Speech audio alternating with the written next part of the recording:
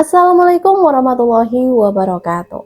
Salam sehat untuk kita semua. Semoga kita semua selalu mendapat lindungan Allah Subhanahu wa Ta'ala ya. Diberikan nikmat sehat walafiat serta dimudahkan segala urusannya. Amin ya robbal alamin. Kesempatan kali ini Mimin akan membagikan satu cerita misteri. Seperti apa ceritanya? Mari kita mulai.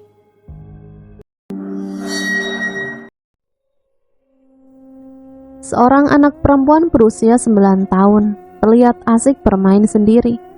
Hingga tanpa sadar ia setengah berlari menuju ke jalan setapak di depan rumahnya. "Nita, mau kemana? Ini sudah mau maghrib, nak," panggil seorang ibu yang terlihat khawatir karena anaknya tiba-tiba lari keluar rumah. "Nita!" teriak Ibu Lilis mengejar anaknya yang terjatuh tak jauh dari jalan setapak. Sudut pandang Nita, aku melihat ada seekor kupu-kupu sedang terbang menari-nari di dekatku. Lalu ia terbang menjauh dan aku mulai mengejarnya. Seketika aku terjatuh tersungkur di tanah, seperti ada tangan yang memegang kakiku, hingga aku bisa terjatuh. Aku meringis menahan sakit di bagian tangan kiriku, karena tangan itu yang menjadi tumpuanku saat aku terjatuh. Saat aku menoleh ke sebelah kananku, aku melihat ada kain putih. Dan ketika aku melihat semakin ke atas, aku melihat sosok nenek-nenek yang memegang tongkat berdiri tepat di sampingku. Aku tersadar ketika ibuku mengangkatku dan menaruhku di pangkuannya. "Nita, kamu gak apa-apa, nak?" tanya ibuku khawatir. "Ma, tangan kiri Nita sakit." Rintihku menahan sakit di lenganku yang tak bisa aku gerakan. Pak, anaknya jatuh, Pak." Ibuku terlihat histeris melihat tanganku yang lunglai tak berdaya. "Astagfirullah, Ma, kenapa Nita?" tanya bapakku seketika. Aku langsung dipapahnya menuju ke dalam rumah. Bapakku sibuk mencari kunci sepeda motornya dan bergegas entah kemana. Tak lama ia datang membawa seorang ibu-ibu yang aku kenal sebagai tukang urut. "Tangan anakmu geser dari tempatnya, untung tidak patah. Ada yang coba mau ganggu dia." Ibuku terlihat panik dengan perkataan Mbah Iem. Sedangkan bapakku ia tampak begitu tenang. Namun entah apa yang sedang difikirkannya. Hari-hari telah berlalu. Aku pun mulai pulih dan tanganku pun sudah mulai lancar untuk digerakkan. Setelah kejadian itu tak sedikit makhluk halus yang aku lihat sedang berada di sekitarku. Awalnya aku panik ketika tiba-tiba saat sedang bersantai di ruang TV dengan bapakku. Aku melihat sosok kuntilanak berkelantungan di atas tepat di sudut ruang TV kami. Aku pun langsung berhambur memeluk bapakku. Tak sampai di situ saja, masih banyak penampakan lain yang secara tak sengaja terlihat olehku. Dan aku sangat peka dengan kehadiran mereka. Aku memiliki 2 kakak perempuan, usiaku dan kedua saudara perempuanku, Kak Dinda dan Kak Sinta, terbilang cukup jauh. Jarak aku dan Kak Dinda berbeda 8 tahun. Dan dengan Kak Sinta 6 tahun. Mereka telah lulus dari bangku sekolah, sedangkan aku masih duduk di kelas 1 SMA. Di keluargaku, aku dikenal menjadi anak kesayangan bapakku. Mungkin karena usiaku terlampau jauh dari mereka, sehingga bapakku seringkali memarahi kedua kakakku ketika mereka membebankan pekerjaan rumah padaku. Sehingga aku disebut anak raja. Memang aku akui, sampai sebesar ini aku tak pernah memegang sedikit pun pekerjaan. Bahkan menggosok bajuku sendiri pun aku tak pernah. Namun mereka tidak pernah sampai memarahiku. Bahkan ketika mamaku marah padaku, kedua kakakku lah yang menangis melihat adiknya dicubit. Di satu waktu di malam hari, hujan melanda dan terjadi pemadaman listrik merata di kampungku. Di saat-saat seperti inilah biasanya kami bercerita tentang segalanya Bapakku bercerita kalau dulu dia mantan seorang polisi dan mengambil pensiun muda. Jadi kenapa bapak keluar? Kan sayang pak, tanya Kak Dinda polos. Bapak capek berbuat jahat terus sama orang. Sudah banyak orang yang bapak bunuh dengan senapan maupun dengan tangan bapak sendiri. Lanjut bapakku dengan wajah penyesalan. Hah? Dipukul pakai tangan bapak bisa mati? Bapak pukulin gitu orangnya? Tanyaku dengan penasaran. Iya, bapak pukul sekali aja. Sekali bapak lihat orangnya udah gak bernafas. Terus bapak gak dipenjara? Tanya Kak Sinta yang dari tadi hanya menyimak sambil memakan cemilan pisang goreng yang dibuat mama. Ya kan bapak polisinya, lagian yang bapak bunuh memang penjahat. Dan hukum di zaman dulu gak seketat zaman sekarang. Timpalnya yang membuat kami melongo mendengarnya. Udah malam, kalian tidur. Besok kakak udah mulai kerja kan? Nita juga tidur, besok sekolah. Suara ibu menghentikan cerita bapak. Kami hanya mengangguk dan dengan berat hati tidur di kamar kami yang kami tempati bertiga. Bulan berganti bulan, tahun berganti tahun. Kedua kakakku telah dipersunting oleh pujaan hati mereka dan tidak lagi tinggal bersama kami. Aku yang sudah duduk di bangku kelas 3 SMA, yang sebentar lagi menuju ujian kelulusan. Semenjak kedua kakakku menikah, kondisi bapakku semakin ngedrop. Badannya tak segagah dulu. Meskipun demikian, beliau masih tampak gagah di mataku. Hingga satu hari bapakku kembali jatuh sakit. Kami kedatangan keluarga bapakku, adik sepupu bapakku. Kami pun mulai bercengkrama hangat untuk menghibur bapakku. Nita, bapakmu dulu itu terkenal sebagai polisi gila. Gimana enggak gila? Sekali pukul langsung terkapar. Om Mawan mulai bercerita tentang kisah bapak dahulu. Aku hanya menanggapi dengan menganggukkan kepala, karena aku pun sudah tahu cerita itu tempo lalu. Makanya Om mau belajar ilmu dari bapakmu ini. Sakti loh bapakmu ini. Numbuk tiang besi baja, peot. Sampai penjahat-penjahat itu kalau udah tahu bapakmu yang terjun ke lapangan, langsung kabur keluar kota mereka. Om Mawan tertawa sambil menggoda bapakku yang juga ikutan tertawa. Aku pun tersenyum sekaligus penasaran dengan kebenarannya. Apakah manusia bisa seperti itu? Memang bapakku pernah berkata jika ia tidak ingin memukul anaknya dengan tangannya. Beliau bilang bisa mati dia kalau sampai memukul anaknya.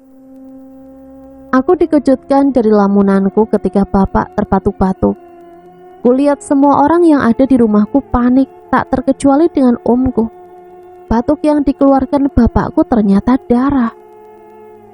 Kang Mas, tidak sebaiknya penyakitmu ini kita bawa saja berobat ke dukun. Tutur Om Mawan kepada bapakku yang sedang mengatur nafasnya sehabis batuk tadi. Udah ke segala tempat ku datangi, tapi nggak ada perubahannya sedikit pun penyakitku ini. Ujar bapak sambil terbatuk-batuk. Gimana kalau kita ruqyah aja pak, mana tahu penjaga kamu yang menyakitimu. Ingat pak, kita udah tua, jangan menyusahkan diri sendiri. Ucap mamaku sambil menahan tangisnya. Penjaga? Penjaga apa mah? Apa maksud mama? Aku mencecar mamaku dengan pertanyaan yang membuatnya sedikit kebingungan. Gini Nita, bapak kamu selama menjabat jadi polisi, dia berguru kepada dukun, meminta ilmu kepadanya. Karena menjadi polisi zaman dahulu itu resikonya sangat besar. Kalau tidak kita yang membunuh, maka orang yang membunuh kita. Aku sangat terkejut mendengar perkataan Om Mawan. Aku melihat bapakku, namun ia memejamkan mata, sesekali menghembuskan nafasnya kasar. Ya udah ma, aku ikut aja, ucap bapak pasrah kepada mamaku. Saya tahu mas, orang yang bisa meruqyah.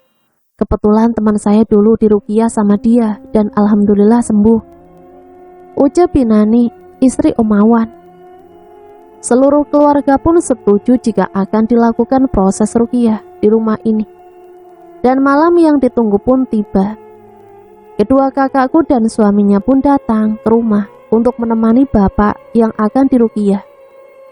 Masuklah seorang Ustadz Nizam dan ketiga temannya yang akan meruqyah bapak. Baru saja memasuki pintu rumah, ku dengar Ustadz Nizam beristighfar, sangat pelan namun masih terdengar olehku. Ketika proses ruqyah berjalan, kami pun mendengar secara hikmat ayat-ayat suci yang dibacakan oleh Ustadz Nizam. Ada getaran aneh di tubuhku ketika aku ikut melantunkan ayat suci yang sama-sama dibacakan oleh Ustadz dan para temannya. Dan setelah semakin lama, kepalaku juga semakin berdenyut. Aku tak tahan dengan situasi seperti ini. Lalu aku pamit untuk merebahkan diri, dan tanpa sadar aku masuk ke dalam mimpiku. Aku merasa di dalam sebuah rumah yang sudah tak berpenghuni. Aku mengenali seseorang dan bercakap-cakap dengannya. Entah kenapa tiba-tiba aku ditarik oleh seorang laki-laki ke suatu tempat. Aku tidak bisa bertindak apapun, aku hanya bisa mengekorinya saja. Ketika sampai di ruang kosong, aku menjerit meminta pertolongan karena lelaki yang membawaku itu mulai mendekap erat tubuhku. Kurasakan tubuhku mulai dijamak olehnya dari wajah hingga ke bagian sensitifku. Aku mulai terbuai dengan permainannya, namun aku segera tersadar ketika ia mulai memasukkan benda entah apa itu ke bagian sensitifku. Aku bangkit dari tidurku dengan peluh membasahi bajuku. Segera aku beristighfar dan melihat jam di layar ponselku. Ternyata waktu sudah menunjukkan pukul 3 pagi. Aku keluar melihat kondisi bapakku. Ternyata beliau sudah tidur. Aku melihat di ruang tamu, kedua kakak ipar laki-lakiku tidur di sofa. Sedangkan kedua kakakku tidur di kamar mereka dahulu. Ternyata mereka menginap di sini. Aku pun segera kembali ke tempat tidurku dan merebahkan badanku agar tidak kesiangan sholat subuh. Hari-hari berlalu, namun kondisi bapakku semakin parah. Ruqyah pun dilakukan berturut-turut, namun tak ada perubahan terhadap bapak. Sehingga para peruqyah meminta kami untuk ikhlas sekiranya ada hal yang tidak mengenakan yang terjadi pada bapak kami. Aku sudah selesai dengan ujian akhir semesterku dan sudah mendapatkan nilai kelulusan. Tak mau terus-terusan menjadi beban mamaku. Aku pun mencari pekerjaan yang bisa menyambung hidupku dan membantu mamaku. Namun di hari ketiga bekerja, aku mendapatkan shift yang mengharuskan aku pulang malam. Aku mendapatkan telepon dari kakak Sinta untuk segera pulang. Aku tak tahu kenapa Kak Sinta terbata-bata dengan ucapannya. Aku langsung meminta izin kepada mandorku untuk pulang terlebih dahulu. Untung saja mandorku mengizinkan aku pulang. Dan aku langsung bergegas menuju kendaraan umum yang pas sekali melintas ketika aku keluar dari pabrik tempat aku bekerja. Aku terkejut ketika sudah banyak saudara di rumahku. Pikiranku sudah mulai kacau. Aku menemukan bapakku dikelilingi oleh keluarga kami. Kulihat nafas bapak seperti tersenggal-senggal. Bapak dari tadi muntah-muntah aja, Nit. Bapak minta kita untuk kumpul, ucap Kak Dinda sambil memandang sendu ke arah bapak. Nita, panggil bapakku menyerukan namaku. Ini Nita, Pak. Nita baru pulang kerja. Bapak sehat kan? Tanyaku sambil memegang tangan beliau. Namun tak ada lagi jawaban dari mulutnya. Azan maghrib pun berkumandang. Kami semua bergantian untuk sholat maghrib supaya ada yang menjaga bapak. Setelah sholat, kami membacakan ayat-ayat suci untuk kesembuhan bapak. Nita, terdengar lagi bapak memanggilku lirih. Ada apa, Pak? Tanyaku mendekatkan telingaku dengan mulutnya. Minum, ucapnya terbata. Aku pun bergegas mengambilkan minum yang sudah disediakan mamaku dan kusuapi menggunakan sendok. Bapak pun mengangguk pertanda jika dia sudah selesai minum. Aku pun membantu menyiapkan makan malam seadanya untuk keluarga kami. Setelah semuanya siap, aku pun mendatangi bapakku, menyuruhnya untuk makan. Karena sudah beberapa hari ini dia tidak makan. Namun hanya gelengan kepala yang aku terima. Waktu pun sudah menunjukkan jam 10 malam. Kami masih setia menemani bapak. Ia terlihat kesusahan ketika bernafas. Aku yang sedari tadi agak menjauh darinya, takut jika kesedihan tak tertahankan olehku. Mulai mendekati bapakku, aku duduk di bawah, di sisi tempat tidurnya. Bapakku tidur di sisi ranjang, yang membuatku mudah untuk menjangkau tangannya. Karena di atas tempat tidur sudah ada mamaku dan kedua kakakku yang duduk sambil membacakan ayat suci. Namun ketika aku melihat ke tangan bapakku, aku melihat tangannya sudah dingin dan membiru. Aku pun tak kuasa menahan tangisku hingga aku memutuskan untuk keluar dari kamar. Lalu aku melihat Om Mawan datang menghampiriku. "Dek, ikhlaskan bapakmu ya nak. Kamu yang masih menjadi tanggungan bapakmu. Mungkin ia berat meninggalkanmu," ucap Om Mawan. Aku tak tahan menahan tangisku. Aku pun menangis di pelukan Om Mawan. Om Mawan menepuk punggungku agar aku kuat menghadapi semua ini. Lalu aku masuk ke kamar bapakku. Aku duduk di dekat kakinya yang berbalut kaos kaki. Karena dari kemarin ia merasa kedinginan. "Pak, Nita minta maaf kalau Nita salah sama Bapak. Nita sangat sayang sama Bapak, tapi jika Allah lebih sayang sama Bapak, insya Allah Nita ikhlas Bapak pergi, biar Bapak nggak ngerasa sakit lagi. Nita sayang sama Bapak, semoga Allah meringankan jalan Bapak untuk kembali kepadanya," ucapku di dalam hati sambil memegang kaki bapakku yang juga terasa dingin, walaupun sudah berbalut kaos kaki. Aku tak tahan menahan air mataku. Aku langsung keluar dari kamar bapakku dan menangis sejadi-jadinya. Keluargaku pun berhamburan masuk ke kamar dan tak lama aku mendengar suara takbir yang bergemuruh dari dalam kamar. Pertanda sudah lepaslah jiwa bapakku dari raganya. Aku pun masuk menerobos keluargaku yang ada di kamar dan bersimpuh tepat di samping bapakku. Aku melihat kakak dan mamaku menangis sejadinya. Aku tak tahu apa yang terjadi padaku. Namun air mataku tak keluar lagi.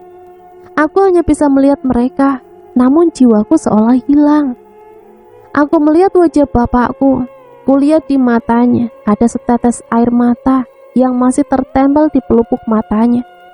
Aku usap perlahan dengan tanganku dan meratakannya di tanganku agar menyatu dengan kulitku. Kupandangi lagi wajah bapakku yang tampak seperti orang tidur. Lalu aku kecup pipinya seraya berkata, "Alhamdulillah Pak, Bapak nggak sakit lagi.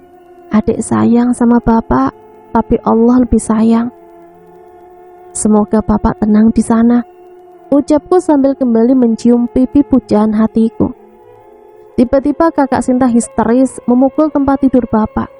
Entah dari mana kekuatanku bisa menjauhkan Kak Sinta yang berbadan gempal dari jenazah bapakku. Aku pun merasakan ada energi lain merasuki tubuhku, sehingga aku merasakan panas di tubuhku. Lalu seketika aku terjatuh pingsan. Aku terbangun ketika mencium sesuatu yang menyengat. Perlahan ketika membuka mata, aku melihat Kak Dinda menangis sambil menciumkan minyak angin. "Kak, Bapak?" tanyaku lirih. "Sudahlah Nita, ikhlaskan kepergian Bapak. Ayo bangun, temani Mama. Sudah banyak yang melayat," ucap Kak Sinta menenangkan. Masih terasa pusing di kepala dan lemas di sekujur tubuh, tapi aku harus memaksakan diri agar tetap kuat. Jenazah Bapak pun sudah dimandikan, disolatkan dan siap menuju ke pemakaman. Setelah jenazah Bapak selesai dikuburkan, samar-samar mataku melihat sosok kakek tua. memakai tongkat berjubah putih menatap ke kuburan bapak. Namun ketika aku melihatnya, kakek tersebut sudah tidak ada lagi. Aku pun mencari ke kanan dan ke kiri, namun sama sekali tak menemukannya. "Nita, nyari siapa?" tanya Mawan sambil menepuk pundakku. Enggak om, enggak nyari siapa-siapa," jawabku secara gugup. Aku melihat wajah om yang menatap penasaran, namun aku segera mengalihkan wajah darinya. "Yuk pulang Nit, kasihan mama nunggu kita di rumah," ucap Kak Dinda sambil menarik tanganku dan segera melangkah meninggalkan pemakaman. Mama memang tidak ikut ke pemakaman karena mama sudah pingsan ketika bapak dikafani. Kami pun menuju ke rumah. Kulihat masih banyak pelayat yang ada di rumah kami. Lagi dan lagi kembali terlihat sosok orang itu. Namun ia berada jauh dari rumah, tapi pandangannya tetap menuju ke rumah kami. Rumah kami berada di pedesaan yang jaraknya lumayan jauh dari satu rumah ke rumah lain. Jadi bisa dibilang kanan kiri depan belakang semuanya masih tanah kosong. Aku menajamkan pandanganku, namun aku tak dapat melihat mukanya secara jelas. "Siapa dia?" tanyaku di dalam hati. "Heh, anak gadis pulang dari kuburan ngelamun, kesurupan baru tahu." Aku dikejutkan dengan tepukan di pundak. Ternyata Mira, sahabat sekaligus musuhku di bangku sekolah dahulu. Kami bersahabat ketika sedang bermain, namun kami menjadi musuh ketika sedang ujian semester. Mira Santika, kamu lihat nggak ada orang di sana?" tanyaku sambil menunjuk ke arah orang yang tadi terlihat. "Mana ada orang di situ? Lagian ngapain dia di situ? Itu kan hutan. Mana nggak ada lagi jalan mau ke situ kan? Udah dibuat parit pemisah sama Pak Rusdi. Ah udahlah, yuk masuk, makan, lapar aku," ucapnya sambil menarik tanganku. Dia sudah kami anggap saudara sendiri, begitupun dengan mama. Mama sudah menganggap dia sebagai anak sendiri. Ketika usiaku yang terlampau jauh dengan Kak Dinda dan Kak Sinta, maka dialah yang menjadi teman bermainku. Dasar nih bocah, orang lagi berduka, dia mikirin perut mulu. Ingat tuh timbangan, asik nanan terus, jomblo terus kan kamu, ucapku sedikit sebal. "Alah gayamu, kayak kamu gak jomblo aja Nit, ucapnya sambil menaruh nasi di piring yang sudah entah kapan dipegangnya. Aku pun hanya menyengir menanggapi ucapannya. Tadi kau bilang kalau kau nampak orang, emangnya beneran ada orang di sana?" tanyanya kembali penasaran. "Beneran Mit, tadi aku lihat kakek-kakek pakai tongkat. Emang sih gak jelas sekali mukanya, tapi beneran deh, kayaknya dia liatin aku terus. Dan bukan hanya di situ tadi, pas di pemakaman juga ada dia. Tapi pas aku lihat lagi, aku cari-cari gak ada." Jelasku panjang lebar dengannya. "Ya udahlah, mudah-mudahan gak ada apa-apa ya." "Ya udah makan ki sana, dari pagi belum sarapan kan kau Nit?" ucap Mita menenangkan. Aku baru sadar, ternyata dari pagi memang tidak ada sedikit pun nasi masuk ke perut. Hanya air minum yang setia masuk ke perut. Aku pun mengambil nasi dan ikut makan bersama dengan Mita. Hari-hari terus berlalu, meninggalkan jejak kesedihan di keluarga ini. Kehilangan sosok yang begitu kami cintai. Namun kehidupan masih berlanjut dan mesti ditempuh, walaupun badai kadang menghampiri. Uang hasil keringatku lumayan cukup untuk menutupi kebutuhan sehari-hari dan masih bisa ditabung sedikit demi sedikit. Sampai ketika aku bertemu dengan pujaan hati dan tak lama tergelarlah pernikahan yang sederhana. 1 tahun pernikahan telah kami lalui, namun tak kunjung jua kami diberi keturunan. Hingga satu malam, Bik Ninis menelpon suamiku, menyuruh kami untuk ke rumahnya. Ada apa Mas? Kok tadi Nita denger Bi Ninis buru-buru banget teleponnya? Ucapku setelah Mas Kevin menutup teleponnya. Kita disuruh sama Bi Ninis ke sana. Kata dia, Om Mawan kesurupan, manggilin nama kamu terus. Jawabnya serius. Aku pun mengikutinya sambil segera bersiap. Hah? Manggilin Nita Mas? Emangnya Nita salah apa sama Om Mawan? Ya mana Mas tahu deh, namanya juga orang lagi kesurupan. Ya udah, yuk buruan, ajaknya. Kami pun bergegas menuju rumah Om Mawan yang jaraknya tak terlalu jauh dari rumah yang kami tempati setelah menikah dengan Mas Kevin. Assalamualaikum Pi, ucap Mas Kevin karena tidak ada orang yang menyahut dan pintu pun terbuka. Kami pun masuk ke dalam rumah Om Mawan. Ternyata mereka ada di kamar Om Mawan. Bi Ninis yang berada di dekat kasur tempat Om Mawan tergeletak langsung menghampiri kami. Nita, coba kamu bicara sama Om Mawan. Dari tadi dia nyebut nama kamu terus. Tadi sudah nggak menjerit-jerit, tapi nggak berapa lama Om Mawan jerit lagi. Raut wajah Bi Ninis tampak khawatir melihat kondisi suaminya. Om Mawan, ini Nita. Ucapku sedikit ketakutan. Takut Om Mawan masih kerasukan. Ternyata benar.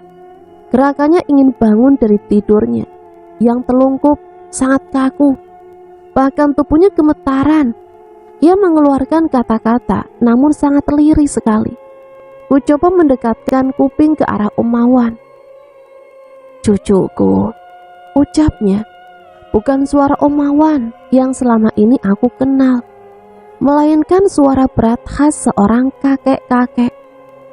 Om Mawan menggerakkan tangannya seperti seseorang yang ingin disalami. Aku pun tersentak, namun mencoba untuk tidak takut. Mas Kevin melihatku dengan wajah yang memberi isyarat agar aku membalas salam tangan Om Mawan. Cu, kamu ikut kakek. Kalau kamu gak mau, bayi yang ada di dalam kandungan kamu yang akan ikut denganku. Aku terkejut dengan ucapan yang merasuki tubuh Om Mawan. Sebab sampai saat ini pun aku tidak tahu kalau sedang mengandung. Terdengar Mas Kevin mengucap istighfar. Apa yang dimaksud kakek ini? Aku pun tak tahu. Tidak kek, atau siapapun kamu yang ada di dalam tubuh Om Mawan, Nita dan turunan Nita tidak mau ikut dengan kamu, ucapku dengan tegas. Om Mawan mengerang, menunjukkan pergerakan seperti harimau yang siap memangsa. Tubuhku ditarik Mas Kevin dari sisi Om Mawan, lalu dia menekan jari jempol Om Mawan dan membacakan sesuatu. Namun entah apa yang dibacanya. Tatapan kami terfokus kepada Om Mawan. Ia semakin mengerang. Tak lama kemudian ia pingsan. Mas Kevin mengucapkan hamdalah.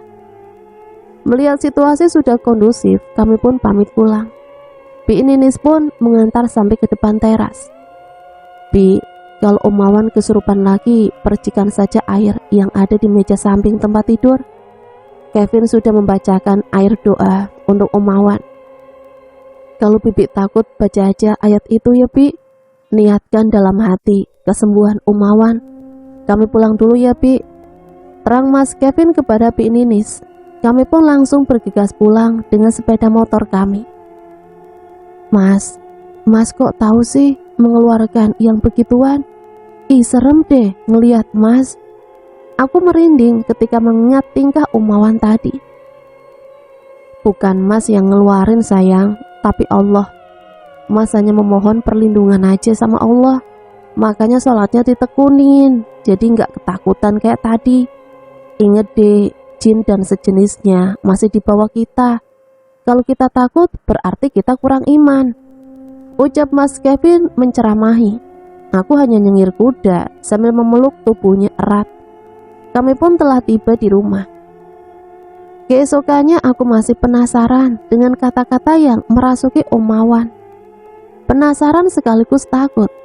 Jika memang benar ada janin di rahimku, kenapa sampai sekarang belum merasakan apapun? Perut pun masih terlihat datar. Ku dekati Mas Kevin yang sedang asik bermain gamenya di pelataran rumah. Mas, Nita masih kepikiran deh sama omongan Umawan. Apa benar di perut ini ada janin? Terus kenapa dia meminta Nita ikut dengannya? Ucapku penuh kehati-hatian. Kan sudah Mas bilang, jangan takut, jangan berpikir yang aneh-aneh.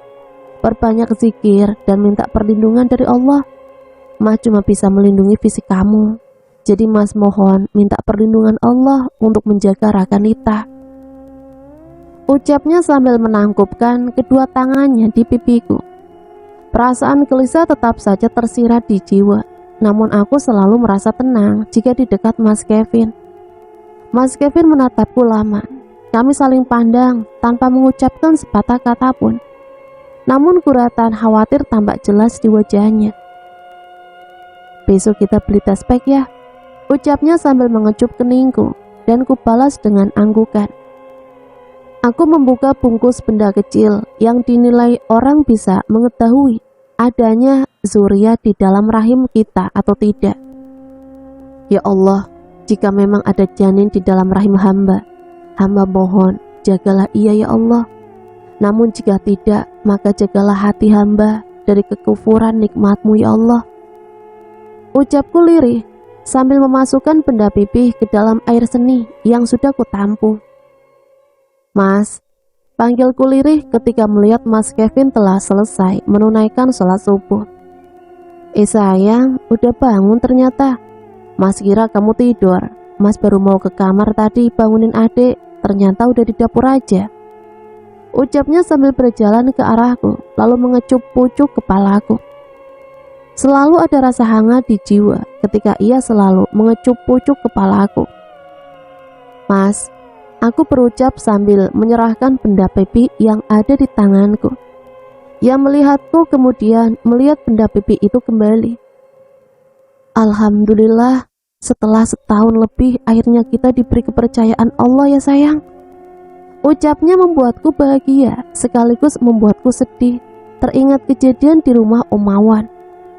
Udah sayang, jangan terlalu dipikirkan. Kan sudah Mas bilang, mohon sama Allah. Nita harus kuat demi anak kita. Lanjut Mas Kevin kembali. Seperti itulah suamiku. Selalu tahu jika aku sedang dalam pikiran yang tidak mengenakan perasaan. Insya Allah Mas selalu jaga Nita dan anak kita ya. Liriku sambil mengeratkan pelukanku padanya. Tak terasa bulir air mata ini menetes. Entahlah, aku harus senang atau semakin was-was. Karena aku tak mau terjadi apapun terhadap anak yang sedang kukandung ini. Selalu sayang, selalu. Dimanapun Mas berada, mau itu jauh sekalipun dari sisi Nita, Mas akan selalu berdoa kepada Tuhan untuk Nita dan anak kita yang di sini ini. Usap tangan Mas Kevin ke perutku. Seketika kesedihan itu sirna, berganti menjadi kebahagiaan yang luar biasa. Karena selama setahun lebih pernikahan kami, tak pernah sedikit pun kami lewatkan berobat ke sana kemari, hanya untuk mendapatkan si buah hati. Dan Allah mengijabah doa-doa kami. Bulan demi bulan telah berlalu. Alhamdulillah kehamilanku tak sepenuhnya memberatkanku. Hanya saja aku tak tahan jika terkena angin sedikit saja. Aku sudah mau pingsan rasanya. Tapi alhamdulillah semuanya berakhir ketika usia kandunganku masuk bulan ke-6 kehamilan. Aku sangat bersyukur kepada Allah. Aku menjalani kehamilan yang mudah. Makan apa saja masuk, hanya saja aku tak suka wewangian. Waktu sore pun sudah tiba. Aku yang sedang asik menyapu halaman sambil bersolawat, tiba-tiba mendengar handphoneku berdering. Halo Mama, Assalamualaikum. Sapaku kepada sang penelpon yang tak lain ialah mamaku. Waalaikumsalam Nita. Bulan besok jadikan nak 7 bulanannya, ucap mamaku dari seberang telepon. Insya Allah jadi Ma, kita buat yang sederhana saja ya. Hanya mengundang keluarga mertua Nita sama keluarga kita aja Ma. Biar Pak Lik Teddy, Pak Liknya Mas Kevin yang memimpin doanya. Balasku. Kusudahi telepon dari mamaku. Setelah sekian lama kami berbincang. Aku merasa ada hal yang tak enak mengusik pikiran. Namun segera aku tepis dengan membaca istighfar dan sholawat. Aku pun berjalan menuju dapur untuk mengeluarkan hajat kecilku di kamar mandi. Namun ketika baru sampai ke ruang tengah, aku merasakan ada tangan yang memegang kakiku, hingga hampir saja aku terjatuh. Aku segera menuntaskan hajatku dan terdengar suara orang memberi salam. Waalaikumsalam. Mas, udah pulang? Kok cepet banget pulangnya sayang? Tanyaku kepada Mas Kevin.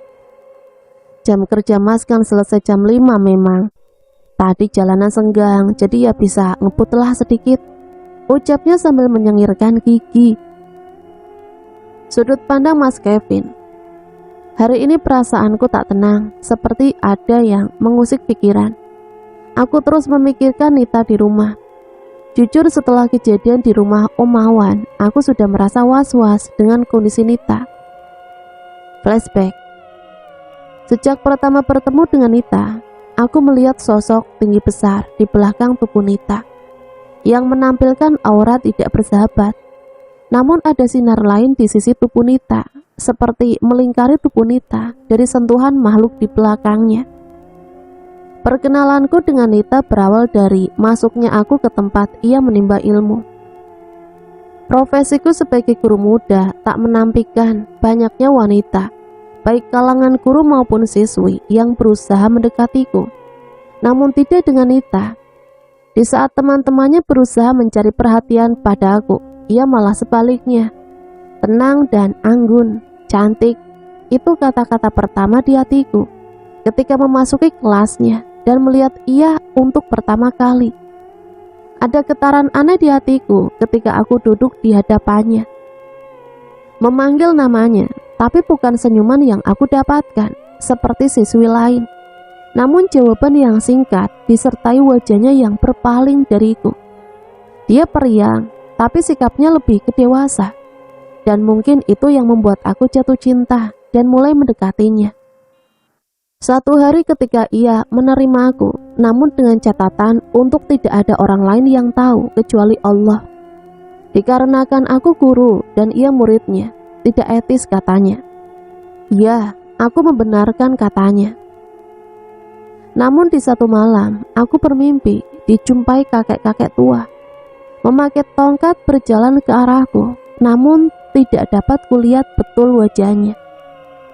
Beraninya kamu mendekati cucuku, jauhi cucuku, atau kamu kubuat celaka. Astagfirullahalazim. Aku pun terbangun dari mimpiku yang tampak nyata itu. Ada apa sebenarnya sama kamu, Nit? Kenapa mimpi itu selalu menghampiriku ketika aku sedang memikirkanmu? Aku melihat jam, ternyata masih jam 3 pagi. Bergegas aku mengambil wudhu sebelum kantuk menyerangku kembali. Kutunaikan sebentar ibadah sunnah, lalu tidur kembali menunggu waktu subuh. Pagi telah tiba, tugasku mengajar di siang hari. Jadwalku dengan jam masuk sekolah Nita berbarengan, sehingga bisa dibilang setiap hari kami jumpa. Namun tidak ada perlakuan spesialku untuknya. Itu pun atas requestan dia juga, padahal aku ingin memberitahu dunia bahwa dia wanitaku. Nit, nanti saya mau ke kampus, sebentar lagi saya izin keluar. Doakan saya ya agar skripsi saya di ACC dan bisa segera sidang, ucapku kepada Nita yang sengaja kutemui di depan kelasnya. Kami memang berjanji agar berbicara seformal mungkin ketika berada di muka umum, apalagi di sekolah.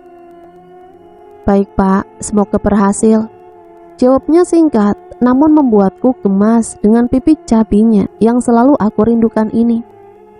Aku pun bergegas untuk berangkat menuju kampusku dengan sepeda motor kesayanganku yang kubeli sendiri. Brak! Ya ampun nak, ayo nak saya bantu bangun, ucap seorang bapak-bapak dan disusul oleh bapak-bapak yang lainnya menolongku untuk bangkit. Kok bisa jatuh bang? Kan jalanan lagi sepi, tanya salah seorang yang menolongku. Tadi tiba-tiba ada entok yang terbang mengarahku bang. kena ke muka aku, dihantamnya kuat bang, makanya sampai jatuh. Aku berbicara sambil menahan sakit. Kulihat segitiga sepeda motorku bengkok. Celana dan lengan bajuku pun sobek, meninggalkan bekas luka yang amat parah di lutut, siku, tangan, dan tulang kering kakiku. Yang anehnya, ketika aku ditabrak, unggas itu setelahnya, aku tak melihat lagi keberadaan unggas tersebut.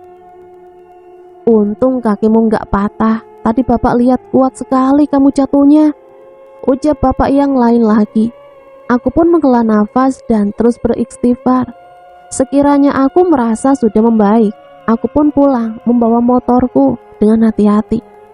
Tak lupa aku mengucapkan terima kasih kepada warga yang telah menolongku. Setelah sampai di rumah, aku pun menghubungi Nita, mengabarkan keadaanku, dan ia berjanji akan menjengukku setelah ia pulang sekolah. Assalamualaikum, ucap seorang wanita yang mengetuk pintu rumahku. Aku melihat sudah pukul 5 sore. Pasti Nita, batinku. Waalaikumsalam. Ada Nita, masuk dek. Baru pulang sekolah ya? Ucap Kak Rida, kakak perempuanku yang sudah pulang ngajar juga. Keluarga kami memang keluarga pengajar. Aku anak terakhir, sama seperti Nita. Cerita ayal kami berdua memang anak yang manja. Nita memang sudah kukenalkan dengan keluargaku. Beruntungnya aku, dia cepat bisa membaur dengan keluargaku. Di mana Pak Kevin, Kak? Tanya Nita yang terdengar di telingaku. Masih saja dia memanggilku Bapak. Itu dia yang dicari udah keluar. Tahu aja dia kalau ada bidadari yang datang. Kakak ke dapur dulu ya buat minum, ucap Kak Rida dan berlalu ke belakang. Ya udah sana Hus, pergi, ganggu orang mau pacaran aja, ucapku kepada Kak Rida dan dibalas toyoran oleh Kak Rida. Emangnya siapa pacar bapak? Tanya Nita yang membuat aku memelaskan wajahku. Kasihan banget, nggak diakuin, teriak Kak Rida dari dapur. Aku pun semakin memajukan bibirku, tanda aku sedang merajuk. Iya, maaf ya Mas Kevin, jawabnya yang membuat hatiku langsung luluh. Dia langsung melihat lukaku yang telah diobati. Raut wajahnya melihatkan kecemasan. Sakit Mas? Tanyanya sambil terus melihat luka kaki dan tanganku. Sakit dek, tapi udah sembuh kok pas kamu datang dan khawatir gini. Nyesel Nita datang. Kami pun tertawa bersama. Oh ya dek, Mas mau nanya, yang pernah deketin kamu atau mantan-mantan kamu pernah kecelakaan kayak Mas gini juga enggak? Jawabnya menggantung, menampakkan raut ketegangan di wajahnya. Sebenarnya sih iya Mas, mantan Nita 2 orang, sama yang ngedeketin Nita. Karena itulah Nita nggak mau deket sama laki-laki, karena setiap Nita pacaran, dia pasti jatuh dari motor. Dan yang anehnya kok bisa ya lukanya sama-sama di lutut sebelah kiri, ucap Nita sambil melihat kembali lukaku. Apa ini ulah kakek-kakek yang datang ke mimpiku itu? Sudahlah, mungkin ia tidak ingin cucunya dinodai, pikirku positif. Emangnya kenapa Mas? Kok nanya-nanya sampai situ? Tanya dia membuyarkan lamunanku. Enggak apa-apa kok Nit, cuma nanya aja. Oh, ya udah, lekas sembuh ya Mas, biar sidangnya cepat selesai. Nita pamit pulang ya, udah sore takut dicariin, ucapnya sambil bersiap ingin pulang. Maaf ya, nggak bisa ngantar Nita pulang, jadi pulang sendiri deh, sesalku. Terus emangnya selama ini Nita ngeizinin gitu diantar sampai rumah? Mau kena tonjok sama bapak, ucapnya sambil mengepalkan tangannya. Bapak Nita berperawakan tegap tinggi, lebih tinggi dari tubuhku. Aku yang membayangkannya saja sudah ngeri dibuatnya. Ya udah ya, Nita pulang dulu, titip salam buat Kak Rida, ucapnya dan berlalu dari rumah orang tuaku.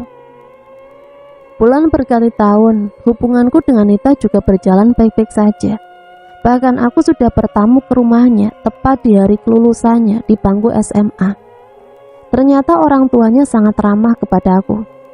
Bapaknya yang aku kira siap akan memakanku ketika aku berkunjung ternyata berbeda 180 derajat dari apa yang aku pikirkan. "Kamu Kevin ya? Anaknya Pak Subrata kan?" tanya Bapak Nita kepadaku. "Dari mana Bapak Nita tahu nama papaku?" tanyaku dalam hati. "Iya Om, saya anak Pak Subrata yang terakhir," jawabku sedikit tegang. "Papa kamu itu teman mancing Om, dan Om juga udah tahu hubungan kalian dari saudara Om yang tinggal tak jauh dari kediaman kalian.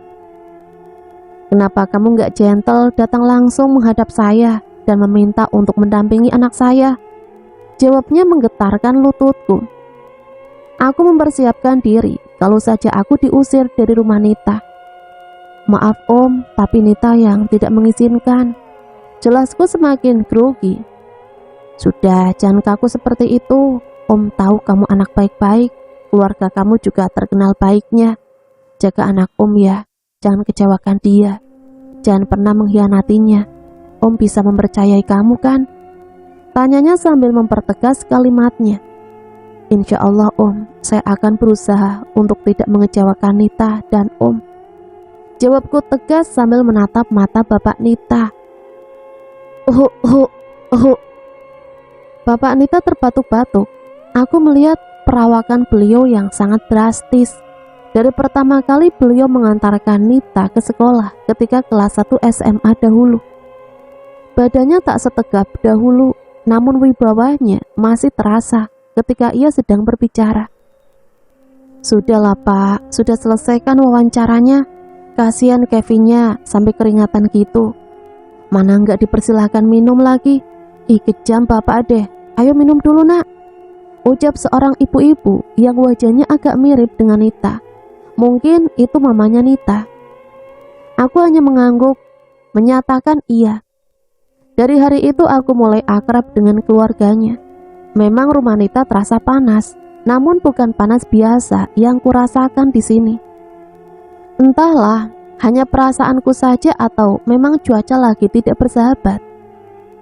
Aku mendapat kabar dari Nita jika ia ingin melamar pekerjaan. Di saat itu aku sedang ditugaskan untuk seminar di luar kota selama 2 minggu, membawa nama sekolah. Namun beberapa hari di kota orang, aku mendapatkan kabar dari Nita jika bapaknya meninggal dunia. Aku sangat menyesal karena tidak bisa menemani Nita di saat terlemahnya. Namun pikiranku mengatakan jika aku harus segera melamar Nita, karena aku sudah berjanji kepada almarhum jika aku akan menjaga anaknya.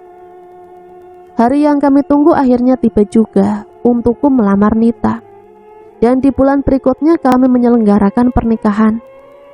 Hari-hari sebagai pengantin baru kami rasakan bersama di rumah yang aku kontrak tak jauh dari lingkungan sekolah tempatku mengajar. Kami memilih berpisah dari orang tua untuk bisa menyesuaikan diri masing-masing. Namun ada yang berbeda di diri Nita ketika ia sudah menjadi istriku. Sifatnya yang gampang emosional dan sangat egois membuatku hampir menyerah memperjuangkannya. Namun aku kembali teringat dengan pesan almarhum Bapak Nita. Satu hari di saat emosinya sedang memuncak, aku pun terbawa emosi oleh sikapnya dan hampir menuruti keinginannya untuk berpisah. Aku terus beristighfar sambil meredah emosiku. Aku mencoba memegang tangannya sambil terus beristighfar, berharap ia luluh dengan perkataanku. Namun hal tak terduga yang aku dapatkan. Matanya melotot merah, menyala ketika berbalik menatapku. Aku pun terperanjat dan mencoba untuk meraihnya kembali sambil membaca surat ruqyah. Ia pun menjerit kesakitan dan setelahnya ia pingsan. "Nita, sadar sayang," ucapku setelah mengangkatnya ke tempat tidur. "Mas, haus," ucapnya lirih. Aku melihat ada kilatan darah berada di dalam bibirnya. Mungkin karena ia berteriak begitu kencang sehingga tenggorokannya terluka. Aku pun memintanya minum perlahan, dan benar ia kesakitan ketika menelan. Aku menyuruhnya ia beristighfar dan tidak memikirkan apapun. Kembali ke cerita sekarang ya. Mas, kok ngelamun sih? Ucap Nita sambil menepuk pundakku. Enggak kok sayang, Mas cuma capek aja. Oh ya, gimana kabar istri Mas sama calon anak Mas ini? Tanyaku sambil mengajaknya duduk dan mengelus perut Nita yang semakin terlihat membesar. Alhamdulillah Mas, baik. Tapi Mas, tadi sebelum Mas pulang kan, Nita baru selesai nyapu. Terus Mama telepon, nanya tentang 7 bulanan. Pas Nita ke dalam mau pipis, kok kayak ada yang memegang kaki Nita ya Mas. Nita hampir jatuh juga sih tadi. Untung refleks Nita cepat. Benar dugaanku, ternyata Nita sedang diganggu. Mungkin Nita kecapean karena kan tadi nyapu. Nita jangan dulu capek-capek ya sayang. Sebisa mungkin Mas juga akan membantu Nita ngebersihin rumah. Kalau memang lagi nggak mau masak, kita catering aja. Sama Pi Ija tukang sayur yang di dekat ujung jalan ya. Ucapku menenangkannya. Nita hanya mengangguk membalas ucapanku. Namun aku tahu dia sedikit tidak terima dengan ucapanku yang berkata jika ia hanya kecapean. Nada tering handphoneku berbunyi, tanda panggilan masuk. Ketika aku lihat Pi Ninis menelponku. Halo Pi, Assalamualaikum. Waalaikumsalam Kevin. Bisa kamu kesini? Om Mawan kesurupan, tapi manggilin nama Nita. Jawab Pi Ninis dengan nada terburu-buru. Astagfirullah, ada apa lagi ini? Iya Pi, secepatnya kami ke sana. Kami pun bergegas ke rumah Om Mawan. Setelah sampai aku melihat Om Mawan sedang duduk bersila layaknya seorang raja. Nita memeluk tubuhku. Aku pun membalas pelukannya. Kuusap belakang tubuhnya perlahan sambil membacakan ayat kursi, meminta perlindungan untuk Nita. Mas, temenin, ucapnya sambil menatap mataku. Iya sayang. Kami pun melangkah masuk. Nita duduk di hadapan Om Mawan dan aku duduk di samping Nita. Om Mawan meminta untuk disalami tangannya oleh Nita. Ketika Nita selesai bersalaman dengan Om Mawan, aku melihat bola mata Nita yang membesar pupilnya. Entah apa yang dilihat Nita. Kamu harus ikut denganku, atau bayi kamu yang ikut denganku. Ucap yang merasuki Om Mawan. Enggak akan. Nita dan bayi Nita enggak mau ikut dengan jin seperti kamu. Ucap Nita histeris. Aku pun memegang Nita dan menyuruh Pi Ninis untuk membawa Nita menjauh. Aku pun mencoba untuk berkomunikasi dengan jin itu, namun tak ada jawaban apapun darinya. Dan aku meminta ia untuk segera keluar dari tubuh Om Mawan. Syukurlah jin itu tidak terlalu sulit untuk dikeluarkan. Sudut pandang Nita. Aku mendekati tubuh Om Mawan. Ketika aku sedang menyalami tangannya, tak sengaja aku melihat mata Om Mawan. Entah apa yang terjadi padaku, namun aku melihat ada bapak di belakang sosok kakek tua yang entahlah, aku tak tahu dia siapa.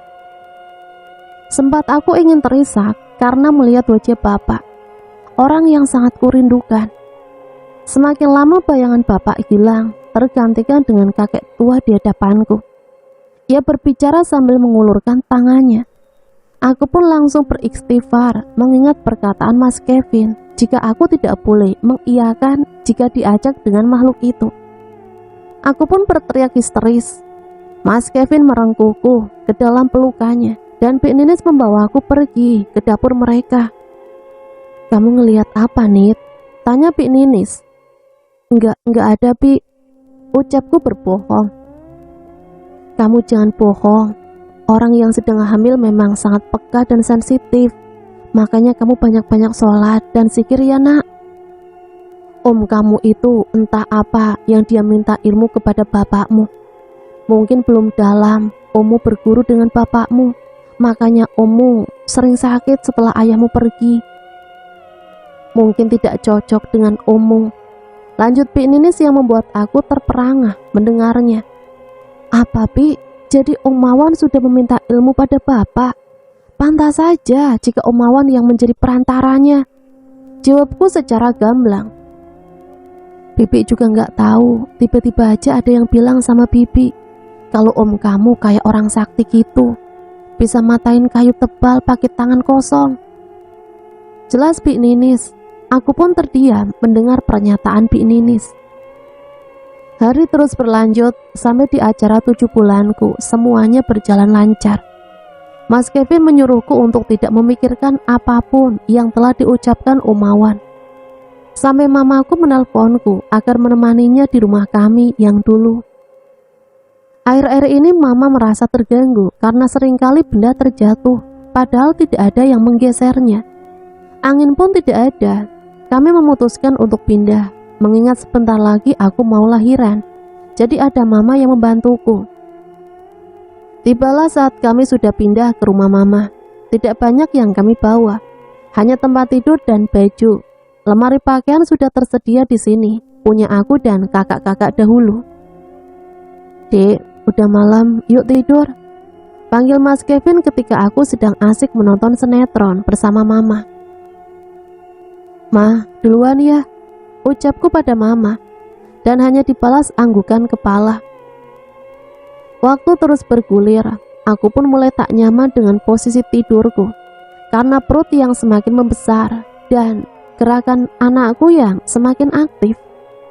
Aku terbangun ketika anakku tiba-tiba menendang sangat kuat. Kuelus perutku, namun sayup-sayupku dengar suara orang seperti membaca surat Yasin. Bukan hanya satu orang, namun seperti orang yang sedang mengadakan pengajian. Terdengar suara laki-laki dan perempuan. Kutajamkan lagi pendengaranku, dan benar mereka seperti mengaji. Untuk apa mereka mengaji sepagi ini? Dan di mana itu? Kok terdengar jelas sekali, seperti dekat. Padahal rumah mama dengan rumah tetangga jaraknya lumayan jauh. Jika ada pengajian mingguan pun tak akan terdengar sampai sini. Aku mencoba membangunkan Mas Kevin, namun ia tidak bergeming. Aku terus membangunkannya sambil fokus mendengar suara itu. Namun ketika suara mengaji di masjid berkumandang, sayup-sayup suara itu pun lenyap. Dan Mas Kevin baru tersadar ketika suara itu telah hilang. Mas lama banget bangunnya, ucapku kesal setelah Mas Kevin tersadar dari tidurnya. Emangnya kenapa sih, Dek? Tadi adik dengar ada orang seperti mengaji, kayak baca Yasin gitu, Mas. Tapi pas denger ngaji di masjid, suaranya hilang. Adik ngelindur kali, udahlah tidur lagi, jangan dipikirin. Mas mau bersiap ke masjid dulu ya. Jawabnya santai sambil mencium perutku dan berlalu bersiap pergi ke masjid. Beneran loh Mas, adik udah bener-bener bangun tadi, balasku kesal. Ya udah bangun yuk, sholat, habis itu tidur lagi. Nanti Mas belikan makanan sehabis pulang dari masjid. Ma, lagi ngapain? Tanyaku melihat mama sedang membuka lemari pendingin. Kok nggak dijawab sih, Mah? Tanyaku kembali sambil menuang air minum yang berseberangan dengan lemari pendingin. Nita, kamu bicara sama siapa?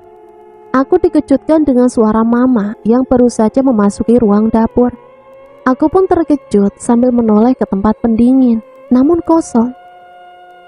Ma, tadi Nita lihat mama buka kulkas. Nita tanyain, tapi mama diem aja. Jelasku sambil mendekat ke arah mama. Hah? Beneran kamu Nita? Mama baru siap sholat loh. Pas sampai di ruang TV, mama dengar kamu ngomong. Makanya mama samperin. Jelas mama, aku pun tak kalah terkejut dengan mama. Tiba-tiba baskom di atas kulkas jatuh dengan sendirinya, membuat aku dan mama saling menatap heran. Mah, ucapku ketakutan. Udahlah biarin aja. Mungkin mereka iseng. Kamu ke depan aja jalan pagi, mama mau masak. Jawab mama santai. Sesantai itukah? Aku saja ketar-ketir pas tahu kalau yang aku ajak ngomong bukan mama. Entahlah. Assalamualaikum Nita, Mas pulang. Ucap Mas Kevin sambil tersenyum sumringah memperlihatkan plastik kresek yang dibawanya. Nih, Mas bawa makanan Nita. Singkat cerita, aku telah melahirkan seorang anak perempuan. Bulan berjalan dengan sangat cepat. Anakku sudah memasuki usia 9 bulan. Pertumbuhannya sangat cepat hingga ia sudah bisa memanggil ayah dan mama dan lainnya. Namun ia sering terlihat ketakutan dan menangis sesegukan, sampai ia langsung menangis jika ditinggal sendirian. Mas, sepertinya ada yang gak beres sama Zaskia. Padahal baru semalam kita urut dia, tapi gak juga berhenti nangisnya. Kalau masuk tengah malam gini, ucapku pelan ke Mas Kevin setelah ia berhasil menaruh Zaskia ke tempat tidur. Coba kalian bawa ke orang pintar yang bisa ngeliat yang begituan. Mau bagaimanapun kita hidup berdampingan dengan makhluk halus, ucap mama yang ikut masuk ke kamar kami melihat keadaan Zaskia. Tapi kemana, Ma? Mama pun sebenarnya nggak tahu nih. Ya mudah-mudahan aja Allah kasih petunjuk untuk kita, ucap mama sambil berpamitan masuk ke kamarnya. Semalaman suntuk aku tidak tidur. Zaskia terus saja meminta susu ASI hingga membuatnya tidur dan tersentak kembali mencari ASInya hingga waktu subuh datang. Aku pun ikut tidur sebentar hingga pagi datang. Aku mempersilahkan Mas Kevin untuk berangkat kerja, sedangkan mama yang menyiapkan sarapan kami. Assalamualaikum, Ma. Ayah tadi cerita sama teman kerja ayah, disuruh ke kota. Dia bisa meruqyah dan bisa juga melihat yang begituan, ucap Mas Kevin di seberang telepon. Sejak aku melahirkan, kami membiasakan diri memanggil ayah dan mama untuk diri kami. Waalaikumsalam ya. Jadi bagaimana kita ke sana nanti sore? Lebih cepat lebih bagus ya. Jawabku terburu-buru karena Zaskia tiba-tiba menangis setelah mendengar suara ayahnya. Sore pun tiba. Mas Kevin yang sudah di rumah juga telah bersiap untuk ke tempat yang dikatakan temannya. Tak membutuhkan waktu lama untuk sampai ke rumahnya. Assalamualaikum, Pak, ucap Mas Kevin sambil mengetuk pintu sang empunya rumah. Waalaikumsalam. Masuk, Mbak, Mas. Kami pun dipersilahkan duduk. Anak Bapak diganggu, tapi di sini saya lihat ibunya yang bermasalah, kata Pak Dandi sambil melihat ke arahku. Aku dan Mas Kevin pun saling menatap sambil mengerutkan alis. Aku kembali bertanya, "Saya, Pak?" Ulangku dan Pak Dandi hanya manggut-manggut sambil tersenyum misterius ke arahku. Saya mau nanya sama mbaknya. Ngapunten ge. Mbaknya pernah mimpi bersetubuh atau dikejar binatang buas? Tanya Pak Dandi kepada aku. Mengapa semua yang dikatakan Pak Dandi benar? Aku pun ragu untuk menjawabnya. Tidak enak dengan Mas Kevin. Namun hanya ku jawab dengan anggukan. Mas Kevin pun menatapku dengan tak percaya. Maaf, Mbak, tapi itu salah satu dari sekian banyak ciri-ciri orang yang ditempelilah bahasa umumnya. Dan yang menempel di badan Mbak itu jin nasab. Sambungnya lagi. Jin nasab, Pak? Tanyaku serius. Nasab, Mbak.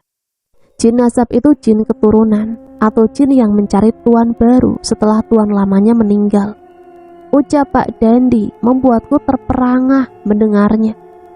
Lah terus kenapa meski saya, Pak? Kan masih ada kakak saya. Saya dengar bapak saya juga punya anak tiri dari perempuan lain selain mama saya. Ya monggo ditanya langsung sama yang bersangkutan. Ngikut dia ke sini sama Mbak Masnya. Ini mereka ada di sebelah saya. Jawabnya yang membuat bulu kuduku merinding, tapi penasaran. Zaskia yang dari tadi tenang dengan ayahnya tiba-tiba menangis sesegukan, hingga fokus kami berubah ke Zaskia. Sini Mas, biar saya tenangin dulu, biar kita kerjain mamanya dulu. Pak Dandi menaruhkan selembar daun bidara ke keningnya. Setelah dibacakan surat, tak lama Zaskia pun tenang dan kembali tidur. Pak Dandi menyuruh Mas Kevin membawa Zaskia ke teras, karena tak baik katanya mendekatkan anak kecil ketika sedang diobati. Jadi gimana, Mbak? Jadi enggak nanyanya sama jin yang ada di tubuh mbaknya? Gimana caranya, Pak? Tapi takut ngelihat mukanya, Pak. Ya sudah, mbaknya nurut aja apa kata saya. Yang penting niatkan betul-betul apa tujuan mbak bertanya.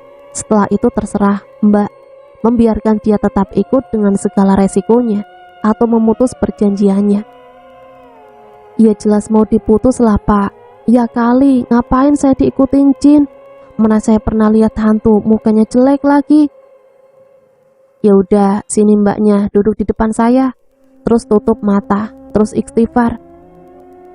Aku pun mulai beristighfar dan menutup mataku. Aku memfokuskan pikiranku agar tenang. Ketika sedang membacakan Al-Fatihah, Pak Dandi menyibakkan tangannya tepat di depan mataku. Terang, sangat terang, seperti disorot dengan lampu senter, padahal mataku masih dalam posisi tertutup. Nah, sekarang coba buka mata kamu perlahan. Jangan takut. Mereka lebih lemah dari kita. Hanya rupa saja yang kadang tidak mengenakan untuk kita lihat. Aku memberanikan diri membuka mata. Sangat terang, berbeda dari awal aku datang. Namun aku masih tidak melihat apapun. Hingga aku memfokuskan kembali pikiranku dan kubuka kembali mataku. Benar saja, ada sosok kuntilanak dengan ular yang begitu besar di dekat kakinya hingga ke samping tubuhku. Dan seorang kakek-kakek yang selama ini kulihat, aku tak sanggup melihatnya. Dan aku sangat takut dengan ular yang berada di sisi tubuhku, hingga aku memejamkan mataku kembali. Kenapa tidak kamu tanyakan sesuatu kepada mereka? Tanya Pak Dandi. Saya nggak kuat Pak, saya juga geli melihat ular yang ada di samping tubuh saya. Ucapku ketakutan. Ya sudah, tutup saja matamu dan tanyakan apa maksud mereka mengikutimu. Aku menutup mata dan berbicara dalam hati. Aku merasa kuping sebelah kananku terasa berat sekali, seperti ketika pesawat sedang take off.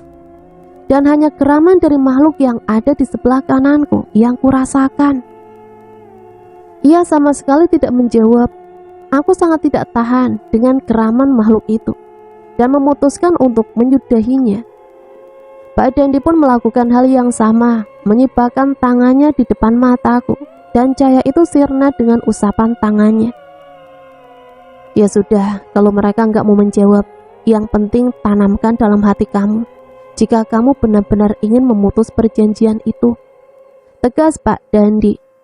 Aku yang tak sadar jika Mas Kevin sudah berada di ruangan bersama kami, setelah meletakkan Zaskia yang telah terlelap di sofa ruang tamu Pak Dandi. Mbaknya bisa berbaring. Maaf ya masnya, saya izin memegang perut istrinya. Karena jin yang mengikuti mbaknya ini sudah lama, dari ia gadis sampai sekarang. Kalau dari penglihatan saya, di dalam perut mbaknya ini kayak cincau hitam gitu. Kita coba buat keluarkan ya mbak. Saya memohon kepada Allah agar mbaknya tidak muntah. Biarkan ia menguap. Masuk gaib, mudah-mudahan keluarnya juga gaib. Karena kalau muntah itu rasanya sakit sekali. Tapi kalau mbaknya mau muntah, dimuntahkan ya mbak, jangan ditahan. Buka mulutnya biar dia keluar, ucap Pak Dandi. Ketika aku mulai berbaring, Pak Dandi memegang perutku. Panas, sangat panas yang kurasa di dalam perut ini. Hingga Pak Dandi menjauhkan tangannya pun masih terasa ada tarikan antara perutku dan tangan Pak Dandi.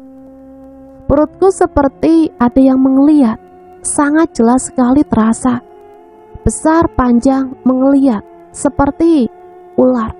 Ya, ular yang menggeliat di perutku. Aku merasa ingin muntah, dan setelah Pak Dandi menarik tangannya, aku pun muntah sejadi-jadinya. Namun aku dikejutkan dengan cairan hitam yang keluar bersama muntahanku. Pak Dandi mencoba menariknya kembali dari belakang tubuhku. Aku hanya bisa menutup mata sambil memuntahkan isi perutku. Namun tak terduga, aku seperti mengeluarkan ular dari mulutku. Sangat terasa hingga muntahan terakhirku. Aku melihat sosok ular dan kuntilanak tersebut berdiri agak jauh dari tempat kami berada. Pak Dandi pun terduduk kelelahan di sampingku. Ia beberapa kali menghembuskan nafas kasar. Sehebat itukah jin yang ada di tubuhku? Namun aku tak boleh membiarkan ia lebih hebat dari kami. Karena makhluk hidup yang masih mengingat Allah itu lebih kuat daripada jin dan setan yang gaib.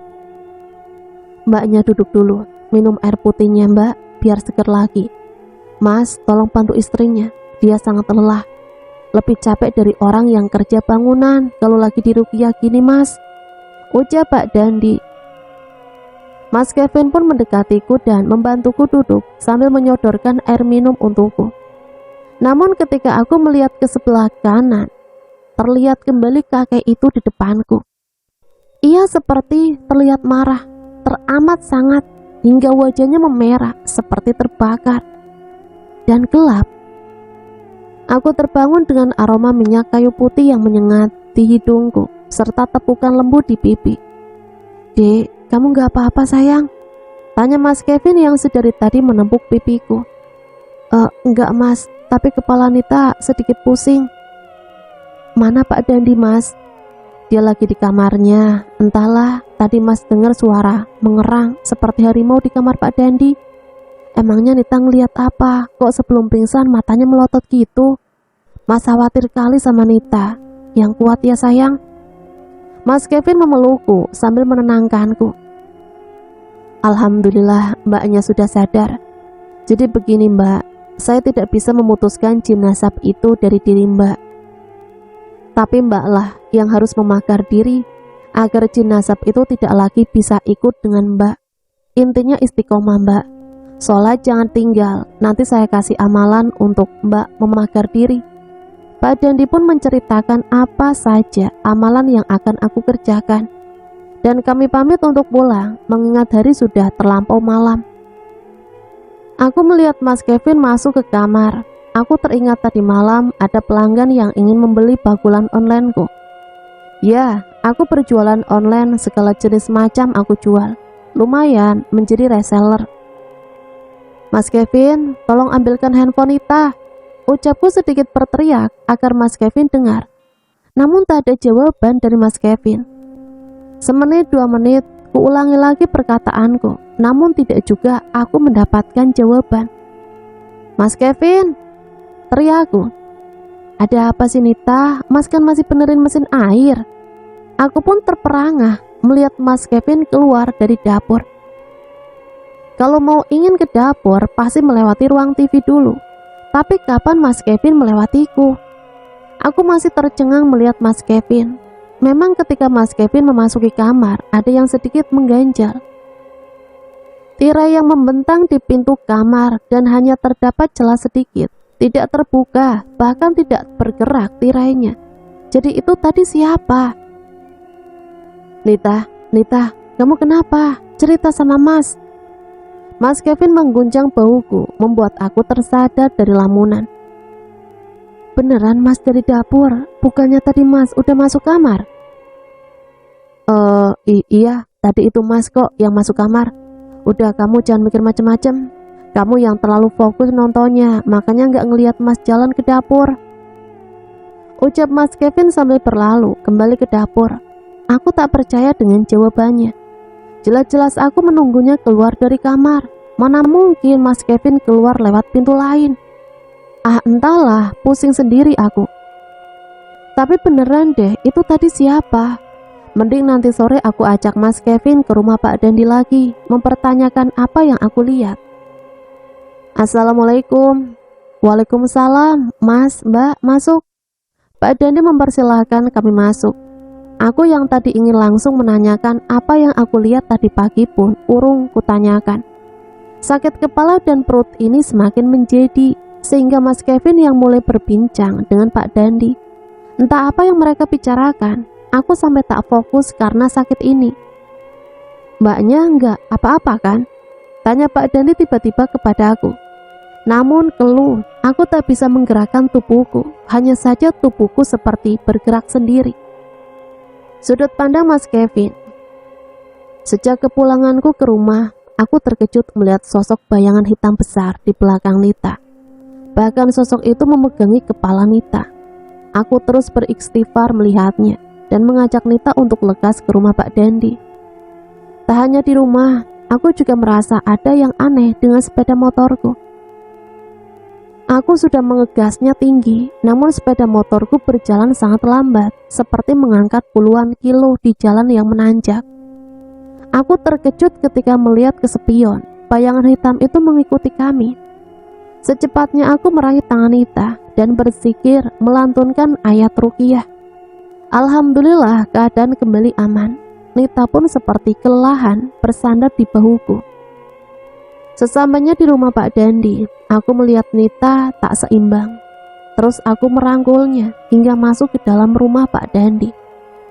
Aku pun terpana melihat Pak Dandi yang memperhatikan Nita dengan mata tajam. Seperti melihat musuh, langsung Pak Dandi menyuruh kami masuk. "Ada apa dengan istrimu? Dari tadi dia sudah seperti itu," ucap Pak Dandi spontan. Aku tak paham mengapa ia langsung bertanya seperti itu padaku. Apa ia sudah melihat sosok itu? Saya juga kurang paham, Pak. Aku menceritakan kejadian tadi pagi hingga sore ini. Pandangan Pak Dandi tak lepas dari Nita, namun ia masih mendengarkanku. "Mbaknya nggak apa-apa?" tanya Pak Dandi kepada Nita. Seketika aku langsung menoleh ke Nita. Aku terkejut, matanya berubah memutih, menenggelamkan lingkaran hitam bola matanya. Gerak tubuhnya pun sangat kaku, namun posisi duduknya menunjukkan kewibawaannya. "Nita, ini Nita atau yang lain?" tanya Pak Dandi kembali. Aku melihat pergerakan bola mata Nita. Pupil mata hitamnya seperti memaksa ingin kembali, namun aku melihat ia kesusahan. "Nita, lawan Nita. Istighfar. Ayo mas, bantu saya pegangin istrinya." Aku pun memegangi tangan Nita yang bertengger lantang seperti para raja. Keras, sangat keras tubuhnya. Bahkan untuk menggeser tangannya saja aku tak bisa. Pak Dandi membacakan ayat demi ayat untuk Nita. Aku membantu istighfar ketika Pak Dandi ingin memegang leher Nita. Dengan cepat Nita menangkap tangan Pak Dandi sambil menoleh lalu menyeringai ke arahnya. Dengan sekuat tenaga aku dan Pak Dandi melepas tangan Nita. Hingga Pak Dandi berhasil meraih leher Nita dan seketika ia ambruk. Bertepuk-tepuk pipi Nita, namun aku terkejut melihat badan Nita yang bergetar. Ketika aku mendudukkan tubuhnya, terlihat Nita tersenyum padaku, namun seperti menyeringai. "Nita," panggil Pak Dandi kembali. Nita melihat Pak Dandi, namun seperti anak-anak yang merajuk. Ia memajukan bibirnya. Kemarin di saat ia seperti ini yang membuat aku gemas melihatnya. Namun seketika aku mendadak ngeri melihat sikapnya. "Keluar kamu," ucap Pak Dandi menatap tajam Nita. Namun hanya cemberut gelengan kepala yang ditunjukkan Nita.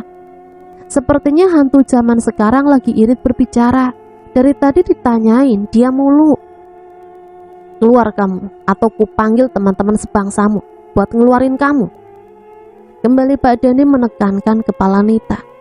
Nita seperti orang yang tengah merajuk, tidak ingin dipaksa. Namun ketika Pak Dandi berucap seperti itu, ia seperti ketakutan dan kembali lemas. Ada 3 yang ikut sama dia. Pertama jinasab itu, kedua kuntilanak dan siluman ular. Ngeri mas, kalau perempuan ditempelin sama jin kuntilanak, bawaannya merajuk aja. Tapi kalau udah muncak emosinya, ya maunya mati saja, jalan terakhirnya. Jelas Pak Dandi ketika melihat Nita pingsan. Memang benar, selama ini Nita emosian dan suka tidak terkontrol emosinya. Sampai-sampai aku harus putar balik, tidak jadi ke kantor karena mendapat pesan dari dia kalau ia ingin mengakhiri hidupnya saja. Karena saat itu aku juga sedang tersulut emosi. Apa Nita tidak melakukan apa yang saya suruh? Selidik Pak Dandi. Belum Pak, padahal sudah saya ingatkan untuk membaca saja apa yang Bapak suruh. Tapi sulit sekali untuk dia mengerti. Bahkan kami sampai marah-marah karena itu. Jelasku yang terjadi di rumah kemarin. Astagfirullah. Ya sudah, bantu istrinya mengerjakan mas. Selalu ingatkan, selalu mengerjakan apa yang saya suruh. Toh ini juga pahala loh kalau dikerjakan. Kalau gitu saya akan mengajari mas cara memagar rumah. Tapi mas harus siap ya dengan syaratnya. Mas, haus, ucap Nita sambil memegangi lehernya. Ini, minumkan ini saja mas, jawab Pak Dandi sambil menyodorkan air mineral kemasan yang sudah didoakan. Sesampainya di rumah, aku mengerjakan apa yang disuruh Pak Dandi dan aku berberes untuk menunaikan sholat maghrib. Mas, yuk makan, Mama udah nungguin tuh, panggil Nita. Aku pun beranjak dari tempat tidurku. Entah kenapa aroma kembang yang menyengat di hidungku tak kunjung hilang semenjak aku menaburi air doa itu. Maka dari itu aku tak berani memegang Zaskia, mana tahu ada yang usil sama aku. Ketika kami lagi asik makan bersama Mama dan Nita, terdengar suara sutil yang bergesekan dengan panci, seperti orang yang sedang memasak. Kami hanya saling pandang satu sama lain, karena di rumah ini cuma ada kami berempat sama si kecil Zaskia. Lalu siapa yang berada di dapur? Istighfar, baca doa. Mama Nita menginstruksikan kami yang sejak tadi saling pandang. Lekas Nita gendong Zaskia di pelukannya, dan kami kembali melanjutkan makan malam kami. Setelah selesai makan, kami bersantai di ruang tamu. Terdengar suara benda jatuh di arah dapur. Nita yang penasaran segera bergegas menuju ke dapur. "Mah, Mas Kevin, lihat ini!" teriak Nita dari arah dapur. "Astagfirullah, Mah, dari mana datangnya semua darah ini?" tanyaku sambil memeluk Nita yang terduduk lemas di dapur. Bau anyir dan aroma kembang bercampur di dapur. "Gak tahu ya, tapi lihat kenapa ada sendok di tengah situ." Astagfirullah. Tak kusadari, ternyata ada sendok berada di tengah genangan darah itu. Kevin, ku tatap ibu mertua yang terpaku melihat atas atap dapur. Astagfirullah. "Bu, lekas ke kamar, bawa Zaskia cepat," ucapku sambil terus menatap makhluk yang sering disebut kuntilanak itu. Menggantung di atap rumah sambil menyeringai ke arah kami. Aku terus membacakan ayat ruqyah berulang kali, tapi aku gagal. Lama-lamat aku dengar Nita juga melantunkan ayat suci dengan suara lantangnya. Alhamdulillah jin itu pergi. Begitupun dengan darah yang berjajaran di lantai sudah menghilang tanpa jejak. Ya Allah Mas, kenapa makin menjadi gini rumah ini? Ucap Nita seraya menangis sesegukan di pelukanku. Udah istighfar, ini ujian untuk kita. Kalau kita lemah, jin pun merasa dirinya lebih hebat dari kita, dan itu nggak boleh terjadi. Sudut pandang Nita. Entah apa yang mendorongku untuk pergi ke dapur. Aku terkejut ketika melihat banyak ceceran darah di lantai. Ketika aku berteriak memanggil Mama dan Mas Kevin, aku tersadar jika ada sosok kuntilanak di sudut dapur dan terbang di langit-langit rumah. Aku terpana melihat sosok itu. Sosok kuntilanak yang sering aku lihat. Ia menunduk, namun wajahnya terpampang jelas di mataku, meskipun rambut menutupi wajahnya. Nita, seperti terbawa ke dimensi lain dan tertarik kembali dengan suara Mas Kevin. Aku melihat mata Mas Kevin terus tertuju ke sosok itu. Mereka saling berpandangan dengan kuntilanak yang menatap tajam Mas Kevin. Mas Kevin terlihat terbata-bata membaca ayat suci. Nita, suara di sebelahku menggema di telinga, dan suara itu sangat kukenal. Ya, Bapak, itu suara Bapak. Aku celingukkan ke sana kemari, tapi tak nampak wujudnya. Nita, bantu suamimu melantunkan ayat suci. Ia dicekal oleh jin itu. Tanpa berpikir panjang, aku langsung melantunkan ayat suci dengan lantang. Alhamdulillah jin tersebut pergi menghilang. Nita, kamu gak apa-apa kan sayang? Mas Kevin memelukku erat. Tenang sayang, ada Mas di sini.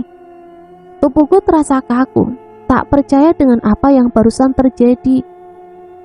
Ya Allah Mas, kenapa makin menjadi gangguan di rumah ini? Ya udah, kamu tidur ya.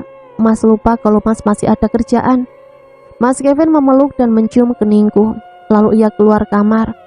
Sejak kejadian tadi kepalaku terasa amat berat, sampai aku tak sadar ternyata aku sudah terbuai dalam mimpi. Pasar, tempat pertama netraku tertuju.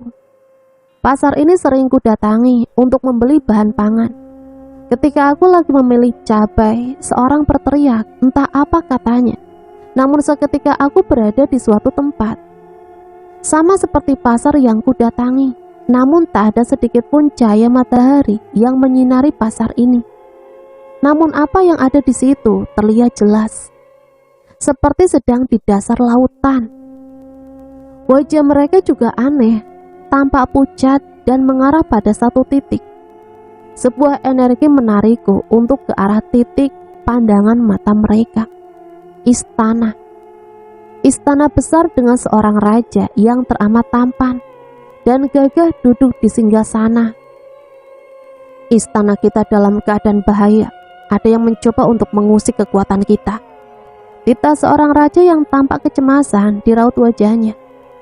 Lama-lama terdengar suara derum yang teramat menyakitkan telinga. Seketika istana megah itu berubah menjadi tumpukan tulang belulang manusia. Begitupun dengan kursi tahta kerajaan sang raja, penuh dengan tumpukan manusia tanpa busana, hingga tubuhku melayang entah kemana. Rumah siapa ini? Di mana ini? Aku menyusuri setiap ruangan rumah yang sudah hancur ini. Atapnya ada yang sudah terbuka, bahkan dindingnya sudah tak utuh lagi. Hingga di satu ruangan kosong yang terbuka, sebuah tangan kekar menarikku hingga aku terkunci bersamanya di dalam.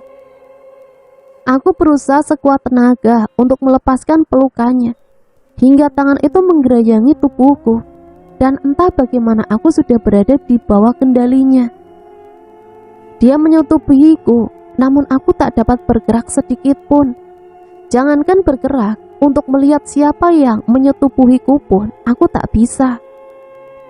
Hingga aku tersadar dari mimpi yang teramat nyata. Kulihat Mas Kevin sudah tidur pulas di sampingku. Jam berapa ini? Ternyata sudah pukul 3 pagi. Segera aku berwudu dan sholat tahajud untuk menenangkan pikiran. Terdengar suara tangisan Zaskia menggema di ruang tamu. Bergegas aku mendatangi dia yang sudah tergeletak di depan pintu kamar kami. Mas Kevin lebih dahulu menggendong Zaskia karena ia berada di dalam kamar. Ya Allah Mas, kenapa bisa jatuh dia? Aku mengambil Zaskia dari tangan Mas Kevin sambil menenangkannya. Tadi dia merangkak, biasa aja, pas dia duduk juga nggak apa-apa. Tapi tidak lama tiba-tiba dia jatuh ke belakang. Mas ke kamar mau ngambil mainannya. Jelas Mas Kevin sambil memperlihatkan mainan yang ada di tangannya. Hari berganti bulan, namun sejak kejadian jatuhnya Zaskia, dia mulai rewel. Tak biasanya dia selalu ingin kugendong. Ini hampir tiap hari ia meminta untuk digendong. Nafsu makannya pun berkurang hingga badannya nampak lebih kurus dari yang kemarin. Dan dia lebih sering melamun dan tidak banyak ocehan di pagi hari seperti biasanya. Mas, kayaknya kita bawa dia ke rumah sakit deh. Mana tahu kan kena jatuh kemarin dia jadi gini. Kami memutuskan untuk ke rumah sakit dan menjalani proses rongsen kepala. Alhamdulillah hasilnya baik-baik saja dan dokter pun mengatakan bahwa Zaskia sehat. Tidak ada cedera apapun di badannya. Dokter hanya menyarankan mengkreasikan menu makanannya dan kalau mau dikasih penambah nafsu makan pun boleh. Sesampainya kami di rumah, hatiku masih saja tidak tenang dengan keadaan Zaskia. Sore pun menjelang, kami bersiap untuk sholat maghrib, makan dan bergegas pergi ke rumah Pak Dandi. Assalamualaikum Pak. Waalaikumsalam. Mas Kevin, monggo masuk Mas. Kami masuk ke rumah Pak Dandi. Entah kenapa Zaskia sangat rewel, bahkan untuk duduk pun ia tidak mau. Coba sini Mbak, bawa anaknya, ucap Pak Dandi. Aku pun memperlihatkan Zaskia kepada Pak Dandi. Seketika Pak Dandi menahutkan alisnya. Loh, kurang ajar memang. Dari sejak kapan nih Mas, anaknya nangis terus? Kalian toh, ini sudah kurus sekali seperti ini. Kok baru sekarang dibawa ke sini? Kok enggak telepon saya? Dia ini kena penyakit ain Mbak. Tapi kalau ditanya ke orang lain, udah dibilang kena penyakit palasik ini anak mbaknya. Jelas Pak Dandi sambil melihat ke Zaskia. Zaskia pun semakin menangis kejar ketika dilihat Pak Dandi. Palasik, jawab kami bersamaan. Astagfirullah, apalagi ini ya Allah. Palasik itu penyakit yang kejam, makanya saya benci sekali sama penyakit satu ini. Dan dulu saya juga pernah menjadi korbannya. Hening kami mendengar penjelasan dari Pak Dandi. Bahkan orang seperti dia pun juga pernah menghadapi hal yang sama. Terlihat Pak Dandi menghembuskan nafas kasar. Dengan raut wajah sedih tersirat jelas di wajahnya. Anak saya meninggal karena penyakit ini, Mbak. Sudah saya bawa kemana-mana saat itu. Walaupun saya bisa, tapi ibaratkan seorang tukang cukur, tak bisa mencukur rambut dia sendiri. Makanya saya marah ketika anak yang seperti ini telat penanganannya. Kasihan anaknya. Jelas Pak Dandi kembali. Rasa sedih berkecamuk di tubuhku. Mas Kevin terus-terusan mengelus punggungku. Sudah begini saja. Hari Minggu depan saya ke rumah Masnya. Akan kita pagar gaib lagi rumah itu. Tapi ingat, kerjakan amalan sehabis sholat yang saya suruh kerjakan selama ini. Kalaupun sudah dipagar, namun jika kita tidak memperkuatnya dengan keimanan kita, atau bahkan melupakannya, lambat laun, pagar itu akan terbuka sendiri. Jadi saya tegaskan ke Mas, Mbaknya, jangan main-main dengan penyakit ini. Setelah Zaskia terlelap di pangkuanku, Pak Dandi mulai mengobatinya dengan membaca surat ruqyah. Dia dipegangi kaki dan tulang belakangnya, Mbak. Dia nampak lemas kan? Suka ngantuk? Nggak bersemangat begitu? Tanya Pak Dandi kembali. Iya, Pak. Kalau dulu pas dia masih beberapa bulan, badannya keras banget. Ini semakin bertambah usianya kok semakin lembek gitu ya. Semakin kurus. Ya itulah, Mbak. Palasik itu pengganggu anak. Dia akan mengganggu ketenangan hidup anak. Dan ada juga yang menghisap darah anak. Makanya dia bisa jadi kurus seperti itu. Ya udah, Mbak sama Masnya pulang aja. Kita bantu Zaskia dalam menghadapi penyakitnya ya, Mbak. Jangan kita menjadi lemah ketika mengetahui hal ini. Ingat, jin itu suka manusia yang lemah.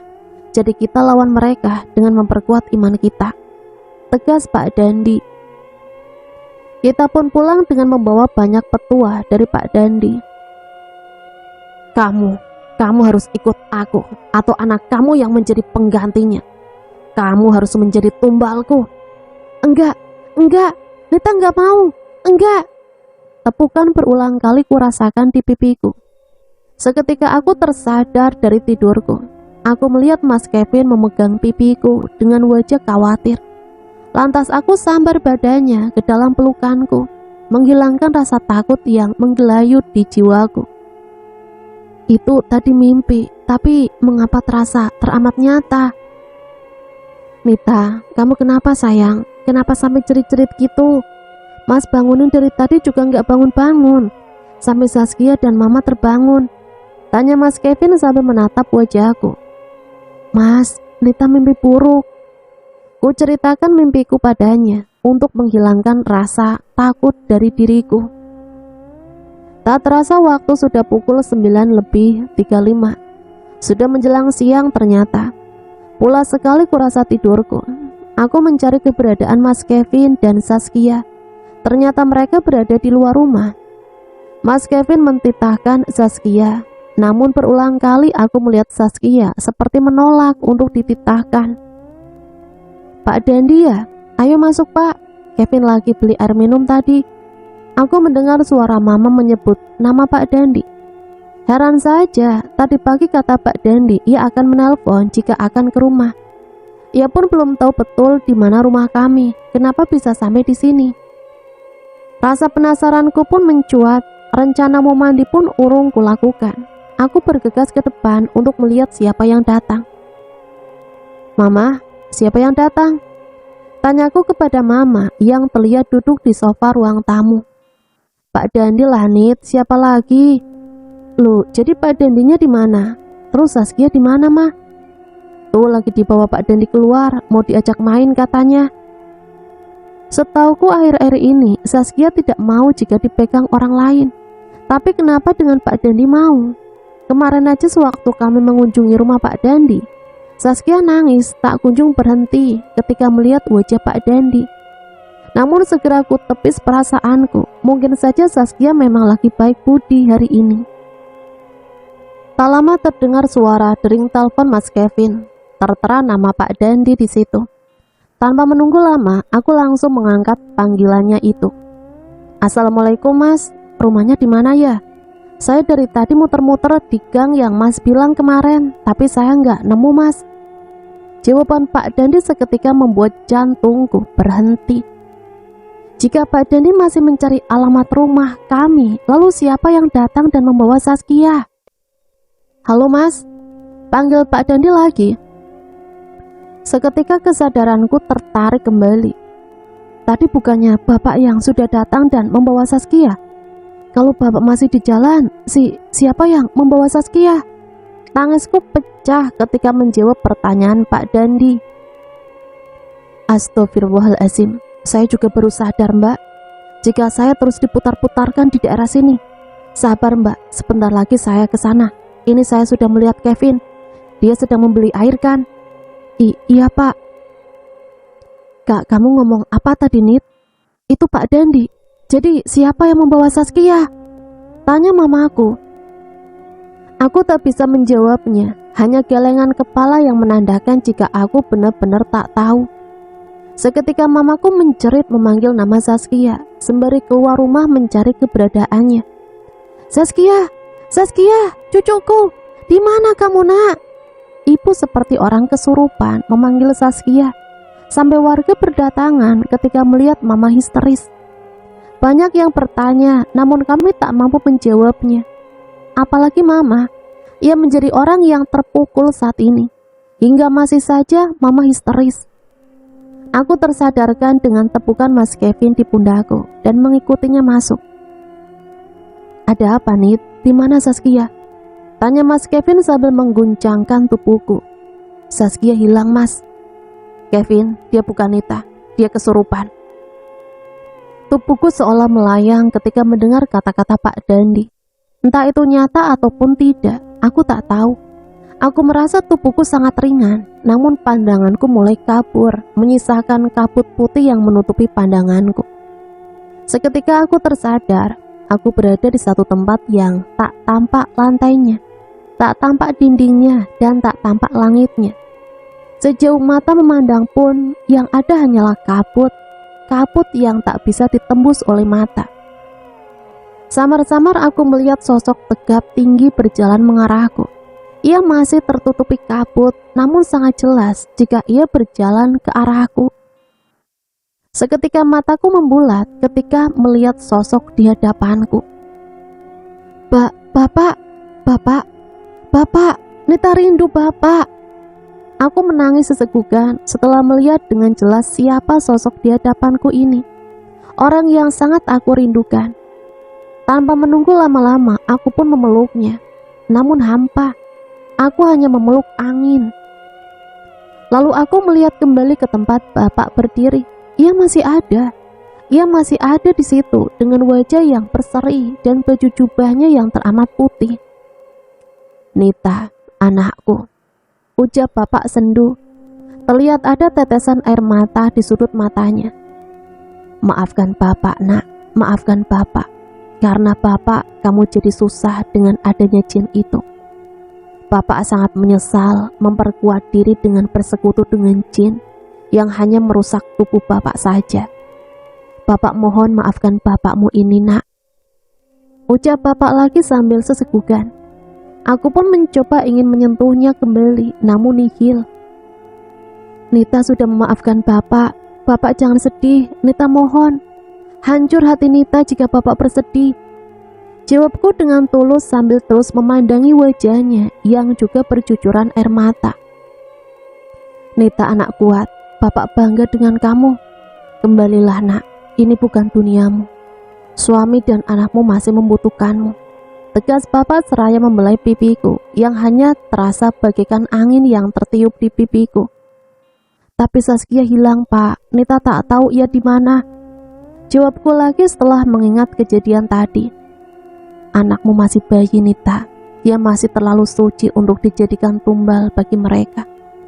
Anakmu sudah di rumah, mereka hanya memancingmu agar pikiranmu kalut dan mereka membawamu ke sini. Untunglah Bapak selalu berdoa keselamatanmu sampai akhirnya kamu bisa di sini.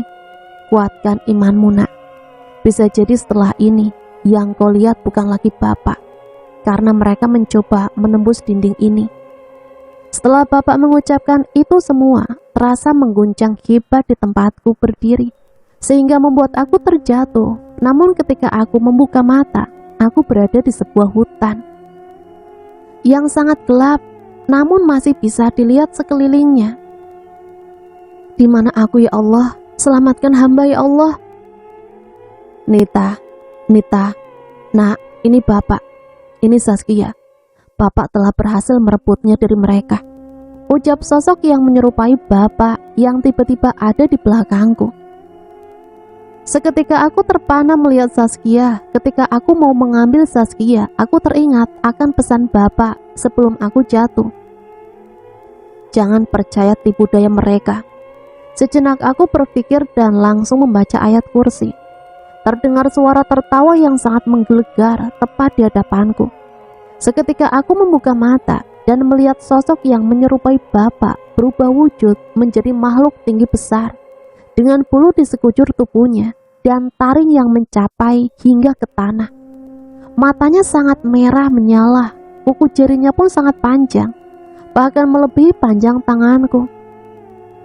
Digendongnya makhluk yang entah apa wujudnya, bayi yang sangat mengerikan sedang berada di telapak tangannya yang kemudian ia jatuhkan. Ingin rasanya aku berlari, namun langkahku terasa berat hingga aku tak dapat menggerakkan kakiku.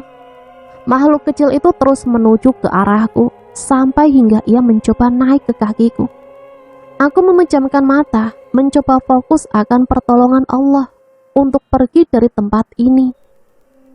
Sebisa mungkin aku membaca ayat suci dan ayat-ayat ruqyah yang diajarkan Mas Kevin kepadaku. Seketika hening, aku mencoba membuka mataku dan makhluk itu tak nampak lagi di depanku. Namun belum lagi aku mengambil nafas, tubuhku rasanya terhempas ke bawah yang entah akan membawaku kemana. Sudut pandang Mas Kevin. Setelah aku pergi dari rumah ingin membeli air minum, tiba-tiba saja kucing melintas di hadapanku dan menabrak sedikit bagian depan sepeda motorku. Pikiranku menjadi tidak karuan. Aku mencoba mengabaikannya dan terus beristighfar. Sesampainya di depot air minum, aku merasa waktu berjalan sangat lama. Botol air minum kurasakan sudah lama terisi, namun tak kunjung penuh. Tak seperti biasanya, kulirik kanan dan kiri, masih ramai saja pembeli. Dan mengapa sangat lama? Seketika aku menangkap seseorang yang mirip Pak Dandi sedang celingukan sambil menelpon seseorang. Aku baru tersadar jika handphoneku tertinggal di rumah. Tak berselang lama Pak Dandi melajukan sepeda motornya ke arahku. Untunglah jumpa Masnya di sini. Saya sudah dari tadi muter-muter di sekitar sini. Baru ini saya nampak depot air minum ini. Kita harus segera pulang, Mas. Ada kejadian sesuatu di rumah Masnya. Tapi itu air minum yang saya beli belum selesai, Pak. Jawabku sambil menunjuk ke arah pengisian. Ketika aku lihat lagi, sudah tidak ada satupun galon yang berjejer mengantri untuk diisi. Padahal tadi banyak sekali galon yang bersusun di sana. Lah, itu yang di samping sepeda motor Mas, galon air Mas kan? Tanya Pak Dandi. Masnya gimana sih? Saya kira hilang ingatan. Tadi sudah saya bilang ini galon mau ditaruh di mana. Masnya asik diem aja celingukan, sampai pusing saya nanyainnya. Tiba-tiba salah seorang pekerja di depot itu menginterupsikan pembicaraan kami. Aku sangat syok mendengar omongan pekerja depot itu. Seingatku, aku menunggu mereka yang kerjanya sangat lama. Singkat cerita, aku sampai di rumah. Dan ada kejadian yang aku tidak tahu. Kevin, dia bukan Nita. Ucap Pak Dandi membuatku terkejut. Aku melihat wajah Nita yang terlihat seperti nenek-nenek. Kami semua terperanjat melihatnya. Mama yang sejak tadi sudah mulai rileks, mulai kembali ketakutan. Entah apa yang ia rasakan. Aku bingung harus berbuat apa. Tak lama terdengar suara orang mengucap salam. Ketika kulihat ternyata Om Mawan beserta istrinya dan saudara ibunya Nita yang lain sudah masuk memenuhi rumah. Mereka bertanya ada apa. Belum lagi Pak Dandi menjawab, Nita sudah cekikikan sambil menunjuk-nunjuk Om Mawan seraya berlari ke kamar Mama. Kami semua syok melihatnya, apalagi Om Mawan. Dia sampai jatuh terduduk melihat Nita. Lekas kami kejar Nita ke kamar Mama, namun nihil, Nita menghilang. Seluruh sela kamar sudah kami cari, bahkan jendela pun tak terbuka. Tangisku luruh saat mengetahui Nita tidak ada. Aku menjerit memanggil nama Nita. Tak berselang lama, terdengar suara tangisan bayi dari arah luar. Aku mengenali suara itu suara Saskia. Bergegas kami keluar rumah dan menemukan Saskia dalam gendongan bule Ima, adiknya Mama Nita. Ya Allah nak, alhamdulillah kamu kembali ke pelukan ayah nak. Saskia tadi bule temuin di luar sini. Entah dari mana datangnya, tiba-tiba ia sudah berada di sini. Bule, tolong jaga Saskia ya, jangan tinggalkan dia sendiri. Kevin gak mau dia hilang lagi. Aku memberikan Saskia ke bule Ima.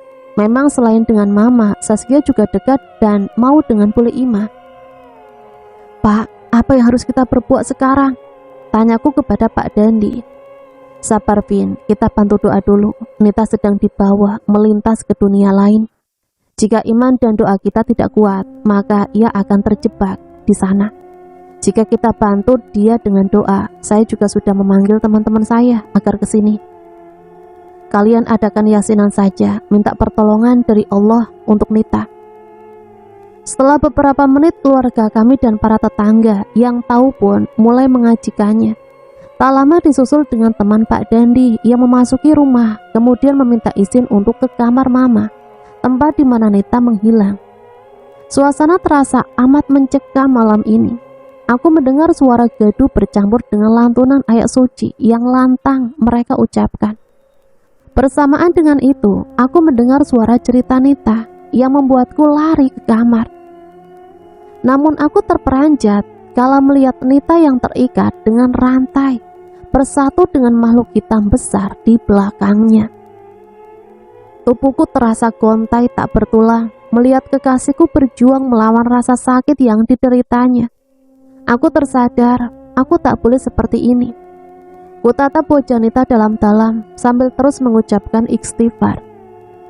Nita menjerit sejadi mungkin, namun bukan Nita yang menjerit, melainkan jin yang mengikat tubuhnya. Peruqyah yang lain pun turut serta membaca kalimat suci Allah. Bahkan seluruh orang yang ada di dalam rumah kami menzikirkan kalimat Allah. Bacaan mereka menggema di seluruh rumah, membuat bulu kuduk siapapun merinding jika mendengarnya.